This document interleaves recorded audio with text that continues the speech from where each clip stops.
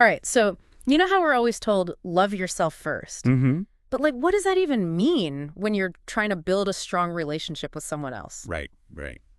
Today, we're diving into this Foundations of Love episode, and let me tell you, it gets deep. Oh, it does. It really makes you think about the whole dance between self-love and the love we experience with a partner. So, first things first, what do we actually mean by self-love? Yeah, it's a term that gets thrown around a lot. Basically, the episode frames it as accepting yourself, like really accepting yourself, flaws and all. That whole flaws and all thing, easier said than done, right? Totally. But that's part of it. And then taking care of yourself, not just physically, but mentally and emotionally. Basically, treating yourself like you would your best friend. Being your own biggest cheerleader, sort of. Exactly. And on the flip side, you've got partner love. Which this episode dives into the emotional support, the intimacy. It's all about those shared experiences that make life, well, more vibrant. Okay, so I'm already seeing how this gets tricky. Because don't those things kind of rely on each other? 100%. The episode actually highlights a study. High self-love is linked to healthier relationships. It's kind of wild when you think about it. Yeah, it's like, which comes first, right? The whole chicken or the egg thing. Right.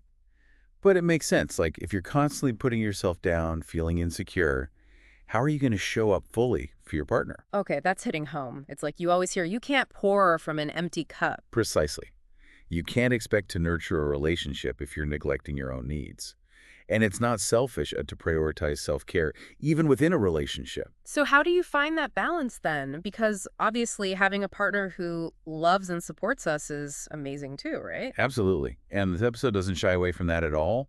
They actually share some really heartwarming stories about the positive impact romantic relationships have had on people's lives, like how partners have helped each other through tough times, celebrated victories together, all that good stuff. Okay, so it really is about finding that middle ground, not ditching one for the other. Exactly. It's about this beautiful synergy where partner love complements self-love. It doesn't replace it. They work together. That makes a lot of sense. But how do we actually make that happen? Like, what are some practical things we can do? Well, they touched on setting boundaries. That's huge EE. Even in the closest relationships, you need your own space, your own time. Boundaries. Got it. I feel like that's a whole other episode waiting to happen. But what about communication? That has to play a part, right? Oh, absolutely. Open, honest communication is key. Talking about your needs, understanding your partner's needs, and finding that common ground. That's how you build that foundation of mutual respect. You know what's really got me thinking is they mentioned bringing in a relationship expert later in the Oh, podcast. yeah. I wonder what they'll say. I know. Like, what would a relationship expert say about balancing self-love with, being a good partner? Right. Hmm. That's where it gets really interesting. Because they have that outside perspective on the whole dance of love. Yeah. Exactly.